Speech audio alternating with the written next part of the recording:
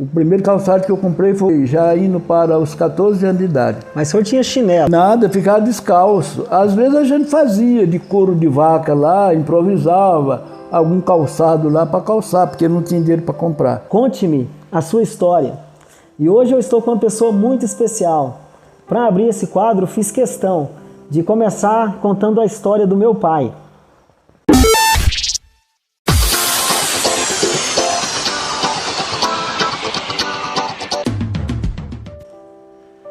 O nome dele é Jonas de Jesus, nasceu 22 de junho de 1948, na cidade de Serra Dourada, no estado da Bahia, filho de Emília Maria de Jesus e Berto José da Silva, casado com Lindaura, pai de 8 filhos, estando 6 vivos, 13 netos, 11 bisnetos, pastor, estuda a Bíblia há mais de 52 anos. E por sinal, tem um tema bem polêmico. Nos seus estudos, ele chegou a uma conclusão que o nome Jesus não é um nome verdadeiro.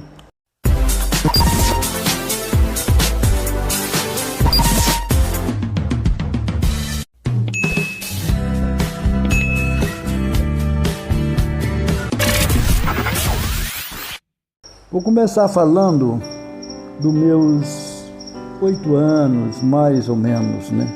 Um fato que aconteceu ali no estado da Bahia.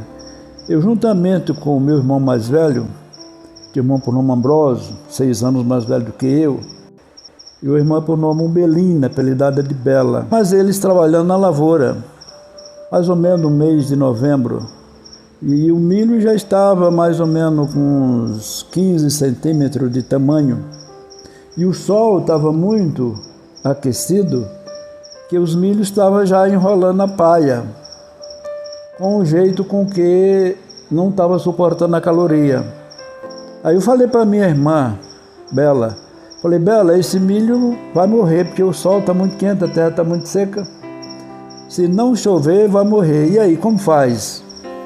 Nós vamos ficar sem alimentação. Ela disse, pois é, se não chover esses poucos dias, vai morrer tudo mesmo, porque já está começando a murchar. Eu disse, eu vou rezar para chover. Ela falou, pode rezar. Eu ajoelhei debaixo de um pé de algodão e comecei a rezar. Só que a minha reza era uma oração.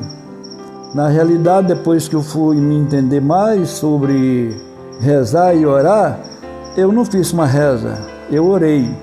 Na oração eu pedia que Deus mandasse chuva para poder molhar a terra, para que o milho não morresse.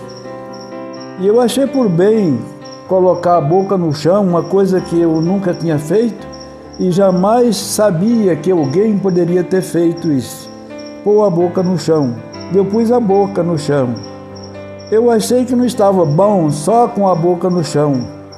Eu pus a cara também e comecei a rolar no chão. E a minha irmã, Bela, ficou muito preocupada. Achou que eu estava ficando louco, né? Eu tanto orava, como chorava, como rolava no chão, eu mesmo não entendia o que estava acontecendo. Mas, resultado, com as 2 horas, choveu bastante, que desceu umas enchentes lá, tem umas serras lá meio próximo, e a água descia da serra e lavava as partes mais baixas, né? Foi muita chuva que irrigou toda a terra. É uma das coisas que marcou muito no tempo que eu era criança, né? Teve um período que o pai do senhor, meu avô, né, ele veio da Bahia para o estado de Goiás. Queria que o senhor falasse um pouquinho sobre essa vinda dele e também o senhor ficou lá trabalhando já desde de adolescente, ajudando também a cuidar da avó e dos demais irmãos mais jovens. Como que foi esse período? Por falar em meu pai vir para o Goiás, fez eu lembrar que antes de eu nascer, ele veio, a primeira viagem, antes de eu nascer, já tinha nascido meus 2 irmãos, o Ambrósio e a Bela, né? E ele veio para o Goiás, e ele veio de a pé. Ele gastou mais ou menos uns 30, 40 dias de lá da Serra Dourada em Anápolis. E ele trabalhou na região de Anápolis, Goiânia, e depois para ir embora, ele foi para Belo Horizonte e lá pegou o trem de ferro e foi até Pirapora, na Bahia. Depois de Pirapora ele pegou o vapor, que era embarcação naquela época, hoje é navio, né? Naquele se chamava vapor, porque era movido a fogo, né? E ele chegou a Pirapora e de lá foi de a pé, acabou de chegar, a primeira viagem dele. Agora, a segunda viagem já foi essa que você me fez a pergunta, né? Eu já tinha 12 anos. Como o meu irmão mais velho era 6 anos mais velho que eu, ele tinha 18. E a minha irmã tinha 16. O meu irmão, na verdade, é quem deveria assumir a responsabilidade, ajudar minha mãe. Gostava mais de passear, pescar. Ele foi cuidar das pescarias e eu fui cuidar mais a minha mãe. Como a minha irmã mais velha era mulher, ela ficava em casa tomando conta dos outros irmãos, que nós todos eram 7, e eu, mas a minha mãe ia trabalhar para trazer o sustento para casa, né? E isso foi durante o tempo que ele ficou no Goiás, que ele ficou mais ou menos uns 2 anos, né? E esse tempo todo eu, mais ela, minha mãe, cuidando dos meus irmãos. Aproveitei um dia que nós estávamos limpando bananeira, nós estávamos na roça, né? Isso eu tinha mais ou menos de 13 para 14 anos. Falei, pai, quer falar um negócio com o senhor? Ele falou, pode falar. Aí ele parou de trabalhar, né? Ficou me olhando. Eu digo, já está passando da hora do senhor parar de beber pinga, né? Porque o senhor está fazendo muita besteira, né? Inclusive ele tinha machucado a mão de um senhor lá com um facão, né? O cara foi tomar o facão dele, ele bêbado, e machucou a mão do rapaz, quase que foi preso, né? Aí eu disse, então pai, está passando a hora do senhor parar, que quase que o senhor ia preso. E tem mais uma coisa que eu vou falar para o senhor, se o senhor não parar de beber, eu vou embora para o Goiás e não vou dar nem notícia para o senhor aonde que eu vou parar. Ele falou, não, você está certinho, eu estou vendo que está passando a hora mesmo, eu vou parar de beber. E nunca mais o meu pai pôs pinga na boca, né? Então isso é um exemplo que a gente tem, porque se quiser largar, larga. Não precisa remédio, não precisa religião, não precisa nada. O segredo está na pessoa querer. Se você quiser, está escrito na Bíblia que tudo é possível o que crê. Aproveitando isso aí, tem uma coisa muito marcante, né? A minha mãe achava muito bom eu estar ajudando ela, porque nós trazíamos sustento para casa. Ela falou para mim assim, Jonas, quando você crescer, que você casar, você vai ter uns filhos muito abençoados, seus filhos não vão te dar trabalho, né? E isso aí eu agradeço muito ao nosso Criador, que esses 6 filhos não têm me dado realmente trabalho, são todos obedientes, nos obedecem bastante, né? Assim como eu obedeci a minha mãe, os meus filhos também estão me obedecendo. Até porque é um mandamento que está na Bíblia. Honra teu pai e tua mãe, que os seus dias será prolongado na terra. Isso cumpriu na minha vida. Voltando mais um detalhezinho, quem sabe vai chamar a atenção de muitos jovens, né? Para que obedeçam a seus pais. Quando nós estávamos trabalhando, quando chegava para umas 5 horas, minha mãe falava assim, Jonas, nós vamos levar a janta para jantar em casa, você não importa, não? Falava, não, mãe, nós levamos para casa. Ela falava com a patroa, a senhora não importa de eu levar comida para casa? Porque se a gente jantar e sair andando, é muito ruim para a saúde. Mas era um disfarce, né? É porque ela queria levar aquela comida para comer em casa junto com os outros que tinham ficado lá esperando, né? E assim, aquela patroa colocava na vasilha uma comida que dava mais ou menos para umas 3 pessoas comer. Que eu era menino, mas era bem curioso, né? Eu observava que a vasilha era um pouco grande, era para mais de 2 pessoas. E na realidade, quem ia comer aquela comida não era também só 3, não. Era 8 pessoas. Era eu, a minha mãe e mais os 6 irmãos, que nós todos éramos 7, né? Em casa a mamãe colocava farinha naquela comida e nós todos comíamos. E mamãe via aquilo ali, ela achava que eu, por ser um menino de 12 anos, eu era muito compreensivo. E ela me abençoava para que eu pudesse ter uma vida tranquila. E isso aconteceu, graças ao Pai do Céu. Como que era a questão dos estudos? O senhor chegou a estudar? Como que eram as escolas? Como foi esse período na vida do senhor? Naquele tempo, só existia escola particular, porque na verdade as cidades ficavam muito longe, era escola na roça, né? Inclusive a escola era chamada escola particular. E o professor era chamado de mestre, né? E eu estudei 2 meses naquela época, eu deveria ter de 9 a 10 anos, né? E uma coisa importante, que não era igual hoje, a promatória ficava em cima da mesa. E quando o mestre perguntava a gente alguma coisa que a gente não acertava, tinha uma disputa. Ele procurava outro dos alunos. Se o primeiro não acertasse, ele perguntava o segundo. Ia para o terceiro. Ia fazendo a rodada. O que respondesse, pegava a promatória e batia naqueles que não deu a resposta, né? Então, a escola era assim, era na base da promatória. E quando nenhum falava, o mestre mesmo pegava a promatória e passava a roda, dando um bolo em cada mão. E ele puxava a promatória, era coisa para doer mesmo, né? Então a escola daquele tempo era mais ou menos assim. Agora, o que eu aprendi nos 2 meses, eu faço uma avaliação que hoje, às vezes, as crianças não aprendem em 4 anos. Porque eu, com 2 meses, eu aprendi a ler, escrever e contar as 4 operações no período de 2 meses. Saímos dali, depois daquela época, eu não fui mais à escola. O meu professor, depois daquele mestre, foi o meu próprio Criador. O Pai que fez o céu e a terra é que passou a me orientar. E eu comprei a Bíblia, comecei a ler e desenvolvi bastante na leitura da Bíblia. Me chama a atenção uma frase que fala que a experiência é uma das maiores fontes de conhecimento. Então a gente vê, hoje mesmo, por conhecer o Senhor, a gente vê o Senhor fazer contas na cabeça de matemática que é incrível. Sobre a questão de vestes, calçados, como que era? Porque o Senhor relatou há pouco instante que a dificuldade para a alimentação era muito complexa. Ela tinha que fazer, às vezes, pedido, né, para a patroa para levar alimento, para que vocês pudessem alimentar. E aí a parte de vestes, de vestimentas, de roupas, como que o senhor conseguia? A roupa, ela era feita lá, artesanato, né?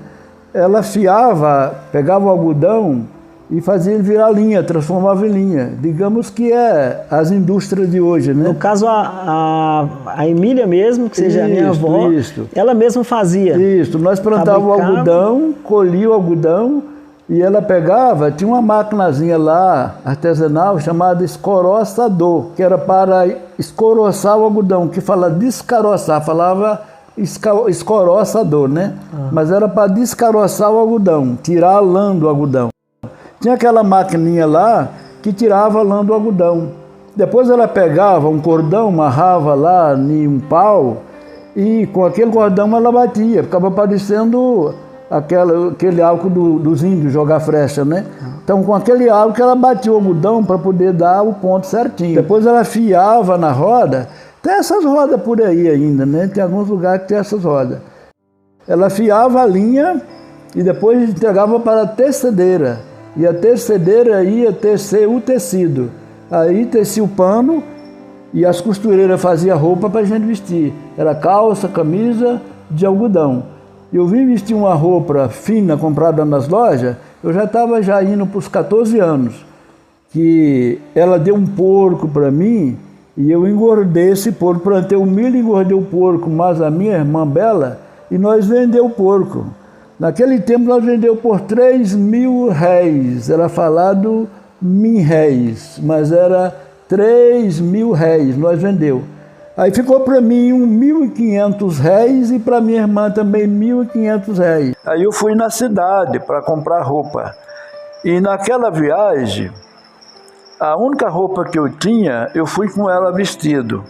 A calça até estava normal, mas a camisa não estava normal. A camisa tinha muitos remendos nas costas, né? Só não tinha remendo na frente, mas as costas tinham muito remendo. Até por isso, meu irmão ia criticando de mim, falando que a minha camisa estava toda encolhida, né? Porque os remendos fez a camisa encolher. Ele foi criticando de mim durante a viagem. E eu pensava, eu digo, menos mal, porque na cidade para onde eu vou, não tem ninguém que me conhece, né?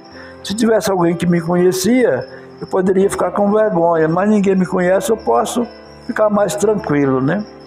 E ao chegar na cidade, a pessoa que eu encontrei é a pessoa que mais eu tinha vergonha de ficar com a roupa velha perto dela, que era uma menina mais ou menos da minha idade, de 13 para 14 anos, e o tio dela brincava muito, que ela era minha namorada. Eu não entendia nada de namoro, mas eu tinha vergonha daquela menina, né? Quando cheguei lá na cidade, a primeira pessoa que eu vi foi aquela menina. Aí a mãe dela parou na rua, conversou mais a minha irmã bastante, e eu fiquei com vergonha de virar as costas para ela não ver tanto remédio na camisa. Eu virei as costas para o muro e fiquei encostado no muro enquanto elas conversavam. Até que elas terminaram os assuntos, seguiu, é que eu saí de perto do muro e acompanhei a minha irmã. Então, para mim, aquilo ali foi um dos apuros que eu passei na vida por falta de veste, né? E aproveitei e comprei um calçado, porque eu nunca tinha calçado. O primeiro calçado que eu comprei foi eu comprei, já indo para os 14 anos de idade. Mas o senhor tinha chinelo? Nada, ficava descalço. Às vezes a gente fazia de couro de vaca lá, improvisava algum calçado lá para calçar, porque não tinha dinheiro para comprar. O dinheiro que ganhava era só para comer.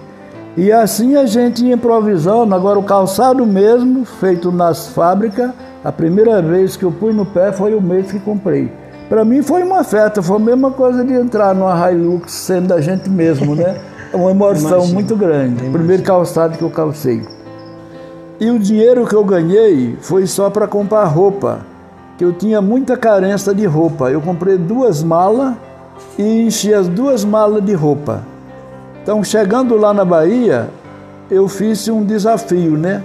Eu digo, agora eu tenho roupa para mostrar para o pessoal. Então, para mim, foi a maior felicidade. Trazendo essa linha sequencial da vida do senhor, a parte do casamento com a dona Lindaura, como que foi esse processo do casamento de vocês? Comecei a namorar com a dona Lindaura, que foi a minha primeira namorada, né?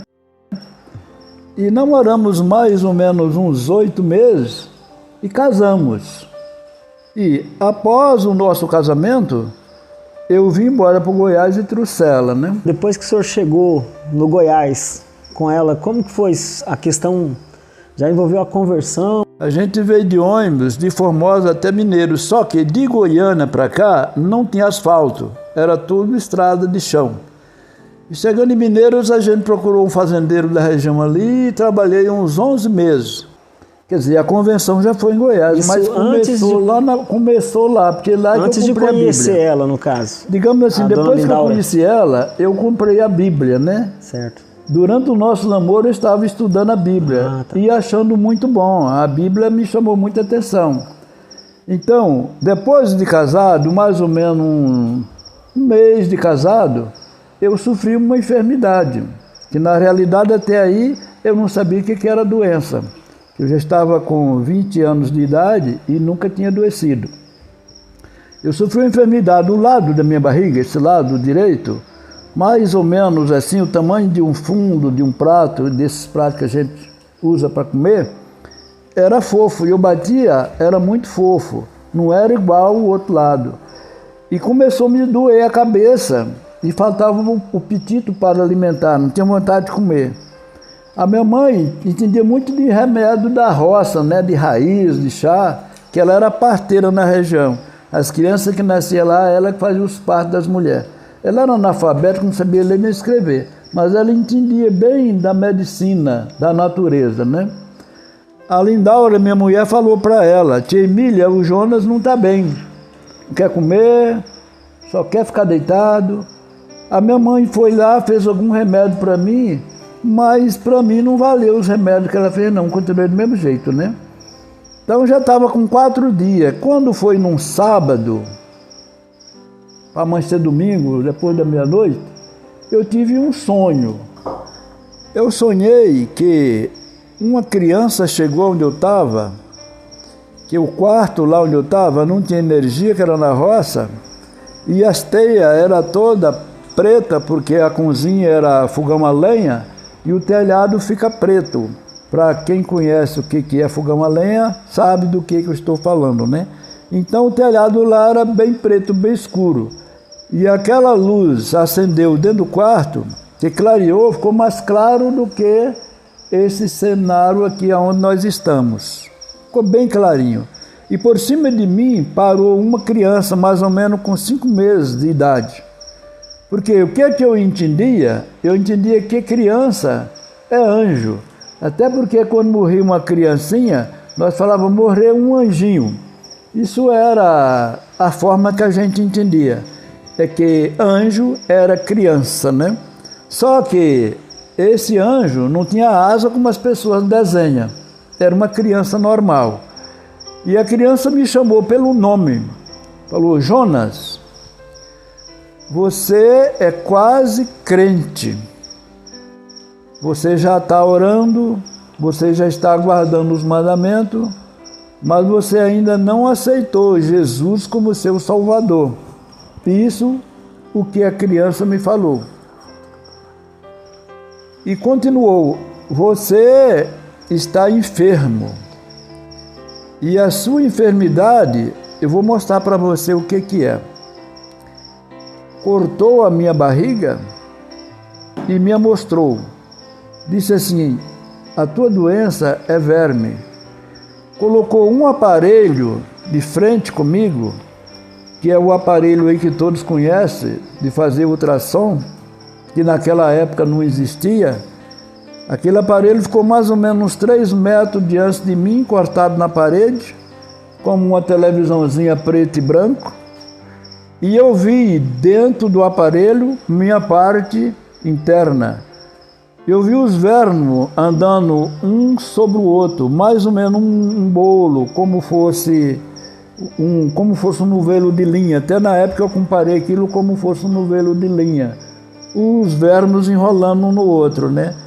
E ele falou para mim: aí a doença que está matando você. E eu vou ensinar um remédio para você. Você tira as folhas de mamão de corda, faz um chá e bebe em jejum, que você vai ficar bom. Eu vou dar os pontos aqui também na operação. Ajuntou o couro da minha barriga para fora e amarrou com uma embira de marva. Ela tem um ramo por nome marva, que a gente tirava aquelas embiras para amarrar saco. E ele pegou a embira de marva, nem tirou as folhas, pegou e amarrou. Eu acordei, eu bati a mão na barriga para ver se estava o nó que o anjo tinha amarrado a corda, a embira da marva. A barriga estava limpa, não tinha nada. O quarto escureceu e aquela criança desapareceu. Eu chamei a Lindaura na hora, eu chamei ela e contei para ela o sonho. Ela falou assim: e o remédio? A outra parte ela não preocupou não, porque ela não entendia do que eu estava falando, né? E ela falou: e o remédio? Falei: o remédio é esse, expliquei para ela. Quando no seu dia, ela foi lá na minha mãe e falou: Timília, o Jonas teve um sonho lá, que ele tinha que tomar o chá da folha do mamão. A mãe disse para ela assim: eu sei que a flor do mamão é boa para verme, mas a folha eu não sabia, mas você leva a folha para ele. Eu achei muito importante, que ela foi muito detalhista, né? E ela trouxe a folha, fez um chá, eu tomei mais ou menos umas 8h30. Umas 9 horas eu fui lá num povoadozinho lá, que chama Boqueirão, retirado uns 4 quilômetros. Era domingo, tinha uma feira lá, eu comprei uma carne, trouxe. Ela fez uma sopa, meio-dia eu tomei a sopa, caldo com farinha. À noite eu comi feijão com arroz e carne, normal. Aí eu falei para meu pai, né? Meu pai é bem católico, de crença ele não entendia nada, mas ele gostava muito de rezar, era muito devoto. Falei: pai, eu tive um sonho, e no sonho foi assim, teve 2 coisas. Uma coisa é espiritual, e a outra coisa é material. A material, eu já vi o resultado. Eu tomei o remédio e fiquei bom. E a outra coisa, que ele falou para mim que eu tinha que aceitar Jesus como meu Salvador. O que o senhor me fala dessa parte? Ele falou para mim assim: as coisas de Deus, ele mesmo se encarrega de mostrar. Se ele começou, ele vai terminar e vai te mostrar. Interessante a gente já começar a ver a linha de condução do milagre acontecendo na vida do Senhor, E isso já trazendo um propósito de fé, e despertando até nas outras pessoas, até no caso do Berto, que é o pai do senhor. Que converteu depois. Já houve a conversão também. Mas já foi um processo de construção, sim, então, na linha espiritual. Mas aí, continuando nessa linha espiritual, aí posteriormente, como que foi a questão da conversão? Então, aí foi quando eu já vim para o Goiás, e a Lindora falou, você vai para o Goiás? Eu falei, vou. Me deu vontade de vir para o Goiás. Ela falou, eu vou com você. Falei, mas eu não tenho casa, não tenho fazenda, eu vou para lá só trabalhar para ganhar dinheiro, depois eu volto. Ela falou, não, eu vou com você. E eu trouxe ela. Chegando em Rio Verde, que isso foi em 69, no mês de dezembro, que esse processo tudo foi final do ano de 69. Chegando em Rio Verde, eu tive vontade de ir na igreja, eu falei, vou ter que ir na igreja. E a igreja que eu senti de ir foi na Assembleia de Deus, né? Ministério da Missão, que eu não sabia nada de ministério, só sabia que eu tinha Assembleia, porque lá na cidade de Rio Verde foi onde eu assisti um culto pela primeira vez, uns 2 anos antes de eu me converter, né? Eu assisti um culto lá e aquele culto ficou falando muito forte comigo. É o que fez eu comprar a Bíblia para mim ler a Bíblia, para eu entender do que falava no culto, né? Então, foi na cidade de Rio Verde onde que tinha alguma coisa para mim começar a minha fé. Aí fui na igreja a primeira vez. Quando entrei na igreja, para mim foi o lugar melhor da minha vida que eu pude pôr meus pés, foi dentro da igreja. Senti uma coisa completamente diferente. Eu senti que eu estava cansado, estava angustiado, como eu estivesse enfermo e achasse o remédio. Para mim foi uma coisa diferente quando eu entrei na igreja. Quando eu olhei para a mulher, ela estava acenando para mim que não estava gostando de lá, queria ir embora, né?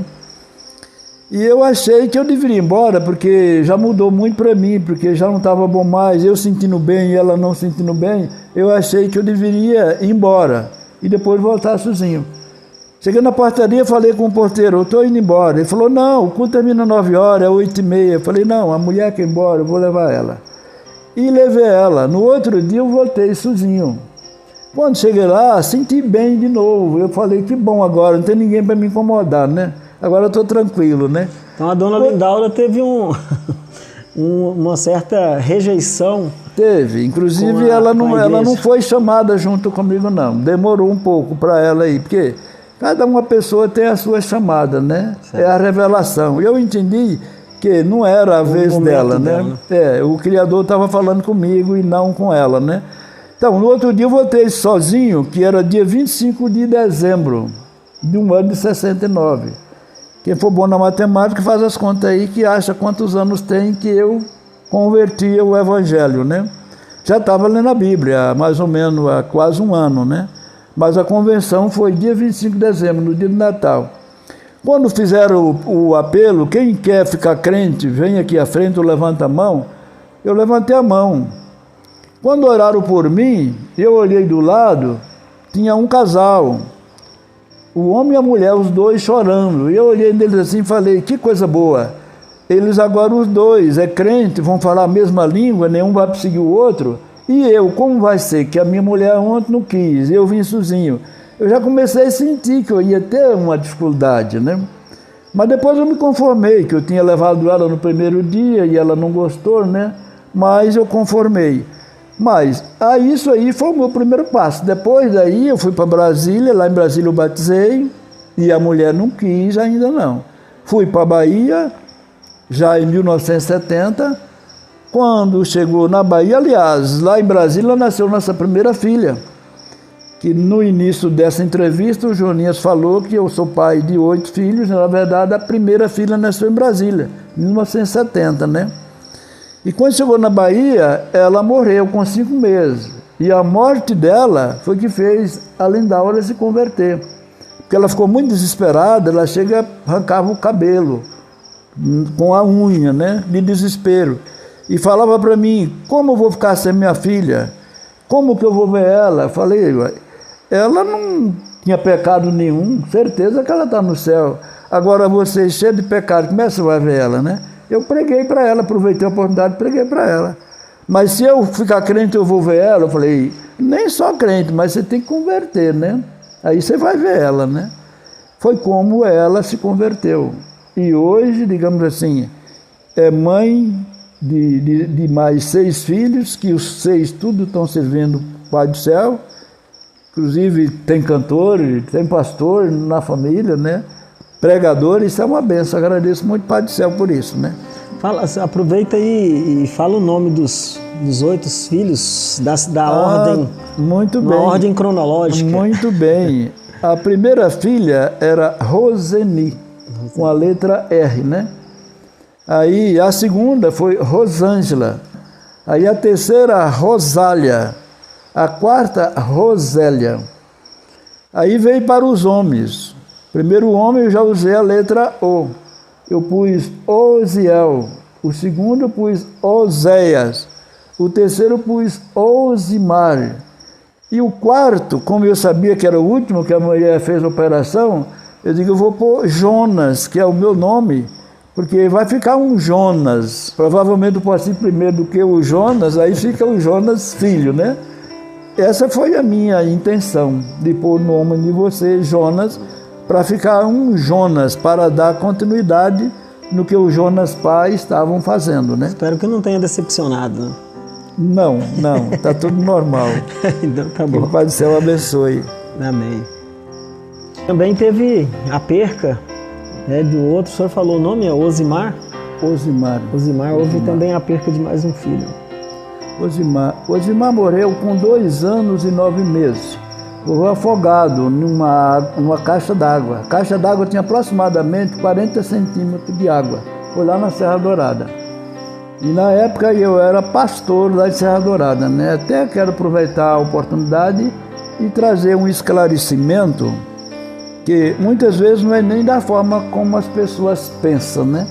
Quando esse menino Osimar morreu, eu nem estava em casa. Eu estava para o Goiás fazendo uma campanha para construir um templo lá na região de Serra Dourada. Estava ocupado, digamos assim, em uma missão de fé.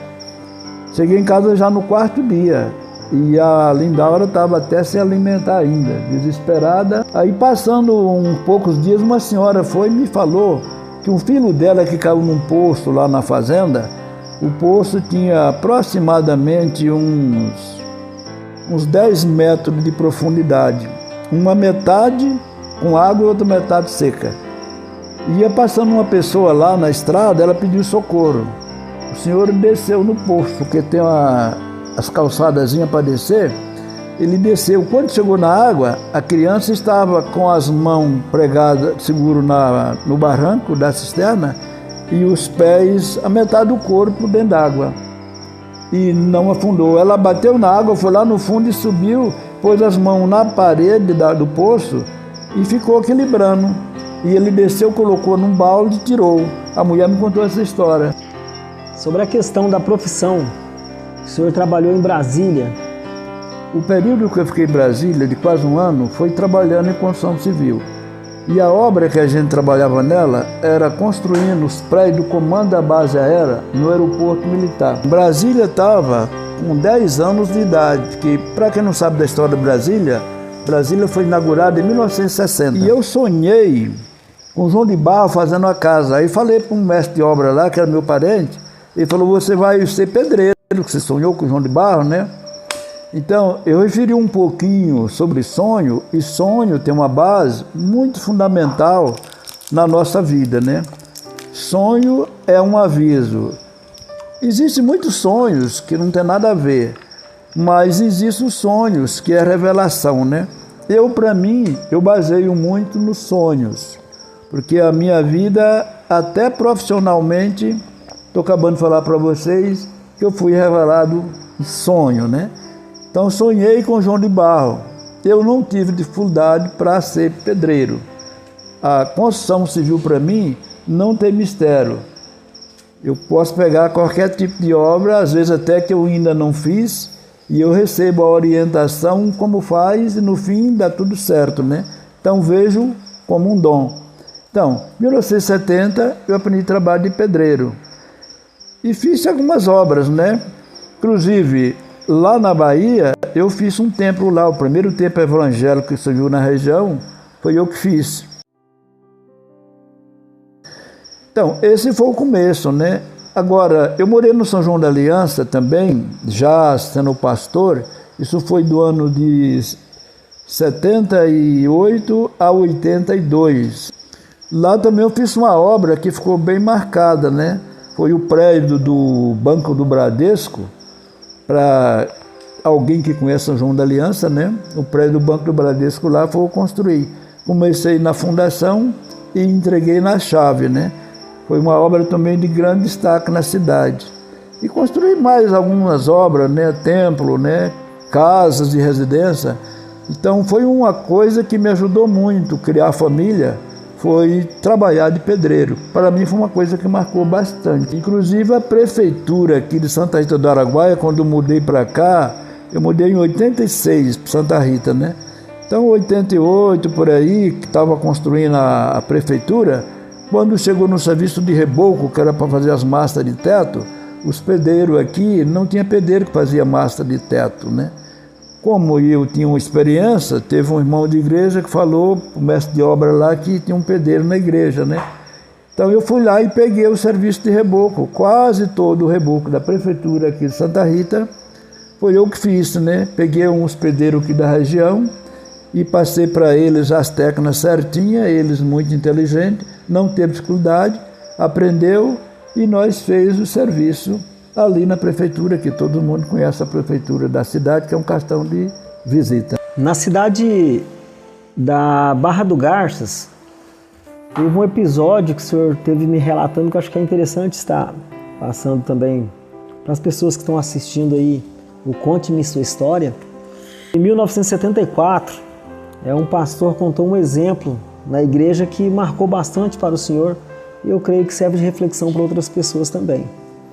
A caçula nasceu na Barra, e uma coisa que marcou também, que no dia que ela nasceu, foi o dia que eu fui separado a diácono. E eu morei na Barra 2 anos, né? E durante o tempo que eu morei na Barra, eu congreguei lá na igreja Assembleia de Deus, Ministério de Madureira, né? E a gente participou de algumas reuniões ali. E em uma dessas reuniões, o pastor contou lá um acontecimento que aconteceu com ele. O nome do pastor é Moisés Mastim da Rocha. E na primeira reunião que ele teve lá com os obreiros, ele contou essa experiência e para mim marcou bastante, né? Isso foi em 76 que ele me contou essa experiência, né? Eu não sei se tem alguém dessa época que pode ser até que vai ouvir esse vídeo e esse testemunho, né? Se tem, eu pergunto, você guardou isso que você ouviu?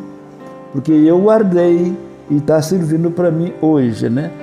Ele disse assim, que uma mulher procurou a igreja junto com um companheiro que morava com ele e falou, pastor, eu quero ser crente. O pastor disse, é bem-vindo, né? Orou por ela, né? E ela, só que eu quero batizar. Ele falou, seu estado civil com esse cidadão aí, você é casado, ou amaziado? Como que é? Ela falou, sou amaziado, que o primeiro casamento meu não deu certo, né? Como o marido vive ainda, eu não pude casar com ele, porque não tive como divorciar, né? Então, eu sou amaziado. Ele falou, então você não pode batizar. Mas eu posso ficar na igreja, crente? Ele falou, pode, você pode ficar. Só que você não pode participar de nenhuma atividade. Você não pode tomar ceia, você não pode cantar no coral. Nenhum testemunho na frente, naquela época, não podia dar, porque não era batizado e estava amaziado. Ela falou, mas me deixa aqui na igreja. Pode ficar. Não demorou muitos dias, aquela mulher foi batizada com o Espírito Santo, que é uma coisa para os evangélicos sabem bem do que eu estou falando, uma vez pessoas que não são evangélicos não entendem bem. Mas o que eu estou falando está em Atos dos Apóstolos, no capítulo 2. Quem tiver Bíblia pode ler.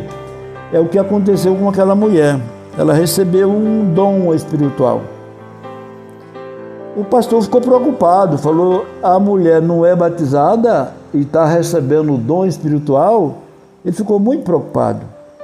Passou alguns dias, ela recebeu o dom de profecia. O pastor preocupou mais ainda. Dom de profecia para uma mulher amaziada não está certo. Para o pastor preocupa mais, ela recebeu mais um dom. Ela recebeu o dom de operação de maravilha.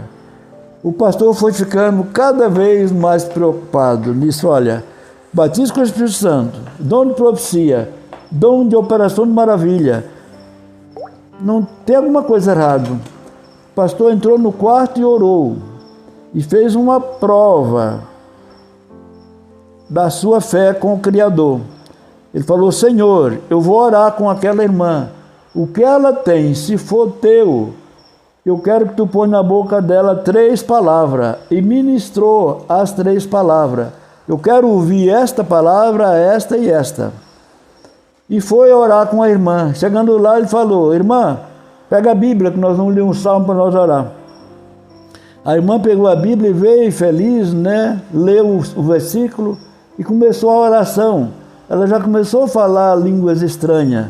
E o pastor já começou a preocupar, falou, é agora. Aí ela profetizou para ele, falando assim, meu servo, por que me pões à prova? As palavras que tu queres ouvir é esta e esta. As 3 palavras que ele pediu, ele ouviu.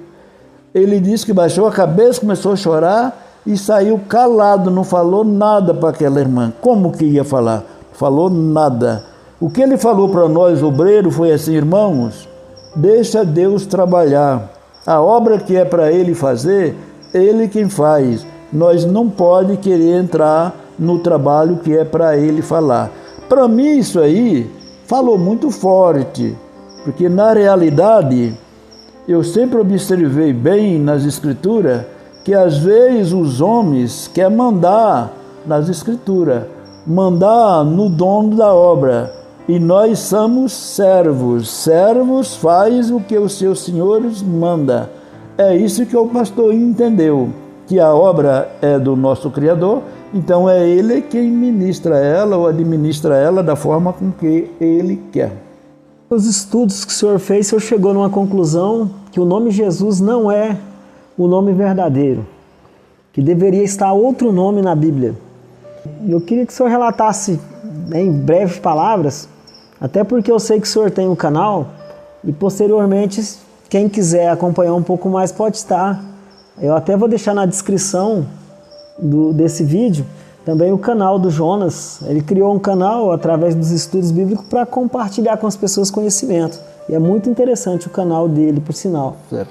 Então, se o senhor pudesse explanar rapidamente também sobre essa questão desse nome, por que essa mudança?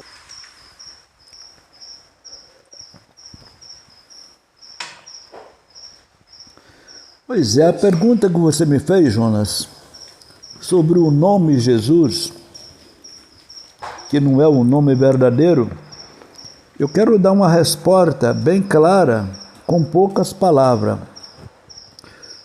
Para as pessoas que são desenvolvidas, que entendem um pouco da Bíblia, não precisa entender muito não, para quem entende um pouco, todos entendem bem que Jesus, da forma como todos entendem, é de origem judeu. Nasceu em Belém da Judéia. Essa história eu aprendi antes de ser evangélico, que ele nasceu em Belém. Outra coisa que ele é muito conhecido é por leão da tribo de Judá. Todo mundo conhece. Há muitos hinos que falam que ele é o leão da tribo de Judá. Todo mundo sabe que ele veio da descendência de Davi.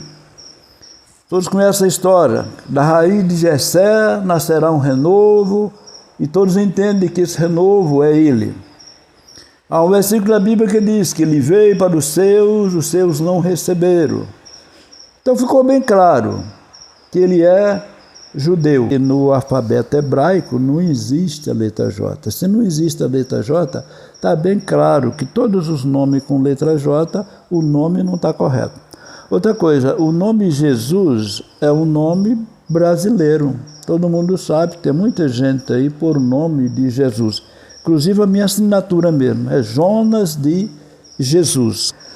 Como eu acabei de falar, que ele é de origem de judeu, como todo mundo entende. Agora, vocês pesquisam se no hebraico, a linguagem do judeu, se existe a letra J. Não tem letra J.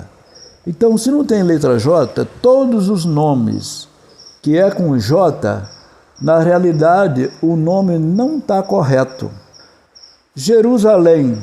Vocês acham que o nome de Jerusalém está correto? Lá não tem J. Isso é a transliteração que fizeram para o português, mas o nome dela no hebraico é com o iod. Começa com iod, não começa com J. Essas são as dicas para que todos entendam que o nome Jesus não é verdadeiramente o nome dele. Eu queria que o senhor contasse alguma situação engraçada que já aconteceu na vida do Senhor. Até compartilhar com as pessoas que acompanham o canal aí, conte-me sua história. Tem uma história que você vai achar engraçada. Teve uma época, isso foi mais ou menos pelo ano de 92, eu comprei uma perua em Rondonópolis, né? Uma Kombi. E ela era uma Kombi diesel. E meu genro na época, o Paulo, falou para mim, eu coloco um motor do Passat nela, faço uma adaptação, você pode comprar lá. Eu fui lá em Rondonópolis, comprei a Kombi. E o Paulo foi comigo, e lá nós fizemos a adaptação do motor. De Rondonópolis a Santa Rita é 200 quilômetros, né? Como o motor do Passat é um motor potente, nós não entendemos bem o combustível que ia dar para rodar 200 quilômetros, né? Nós abasteceu e veio. Então, faltando mais ou menos uns 10, 15 quilômetros para chegar no destino, a gasolina acabou. Mas tinha um posto de combustível a uns 5 quilômetros de distância. Isso era à noite, mais ou menos por volta de 11 horas da noite, meia-noite, né? Eu falei para ele, agora eu vou ter que ir lá no posto buscar a gasolina, né? E peguei uma vazia de 5 litros e fui no posto de a pé buscar a gasolina. Eu andei 10 quilômetros, 5 de ida e 5 de volta. Chegando lá onde ele estava, eu falei, aqui está a gasolina. Ele pegou a mangueira e colocou a mangueira dentro do tanque e foi despejando a gasolina. E a gasolina, em vez de cair no tanque, caiu no chão. E ele está vendo aquele barulho da gasolina derramando no chão, né? Mas ele não entendia que a gasolina estava caindo no chão. Ele pensava que era eu que estava fazendo xixi, né? E ele continuou derramando a gasolina. Ele viu que estava cheirando muito a gasolina. Ele falou para mim, dá uma olhadinha, essa gasolina caiu no chão. Eu olhei, a gasolina estava caindo toda no chão. Aí ele falou, moço, desde o começo, eu estava escutando esse barulho, eu pensei que era você que estava mijando aí, né? E quase que nós perdemos o combustível, sobrou só a metade da gasolina, né? Você queria uma história para você sorrir, vê se essa dá para sorrir, viu? Essa mesma perua nos passou um sufoco, esse sufoco aí não deu para sorrir não, esse sufoco aí foi muito sério, né? Depois que eu trabalhei vários dias com ela aqui na cidade de Santa Rita, onde a gente mora, né? Eu enchi a perua de carvão e vou saindo de Santa Rita para ir para Mineiros. Quando cheguei em frente, o último posto, saindo da cidade, uma criança me gritou, a Kombi está pegando fogo. E eu parei e fui lá na traseira da Kombi, abri a tampa, o fogo veio quase no meu rosto. Eu só soltei a tampa de novo e falei com os passageiros que estavam comigo, que era minha cunhada e minha sobrinha. Falei, Kombi agora, só outra Kombi. Porque agora mesmo o tanque vai explodir, o tanque estava cheio de gasolina, né? E a Kombi cheia de carvão. Eu digo, o tanque vai explodir, fogo vai pegar no carvão e não vai sobrar nada. Com máximo 30 segundos, parou 2 caminhões tanque, caminhão grande, parou ao lado da Kombi, e os motoristas saíram da gabina, cada um com um extintor grande. E nem falou nada comigo. Um abriu a tampa e o outro acionou o extintor. A hora que ele acabou o extintor dele, ele segurou a tampa e o outro acionou o outro extintor. Deixou o fogo quase eliminado. Aí veio um senhor que tinha um mercado na cidade, tirou o extintor da caminhonete, que era uma 4000, extintor menor, e acabou de apagar o fogo. Gastou 3 extintores para apagar o fogo, né? Terminou de apagar o fogo, eu perguntei a eles, quanto que eu vou pagar para vocês pelo desgaste do extintor? Ele falou, não vai pagar nada, fizemos isso para te ajudar. E o dono da caminhonete falou para mim: Jonas, coloca aí a metade desse carvão na minha caminhonete, vou levar para o mercado, depois você paga para mim. Aliás, você vai lá receber. Que você ia levar para a cidade e seu carro pegou fogo, né? E os vizinhos arrastou a perua, levou para a oficina e eu recuperei a perua imediato. Pereceu só as partes de borracha, mangueira, essas coisas. O motor ficou perfeito. Já deixar aqui o convite para você, inscreva-se no canal, lá Jonas de Jesus, a verdade traz libertação. Correto. Os conteúdos todos que estão lá são bem interessantes. Para quem gosta de estudar a Bíblia e de estudos, é o canal. Gostaria também que você inscrevesse no canal, conte-me a sua história. Um abraço, que Deus abençoe a todos.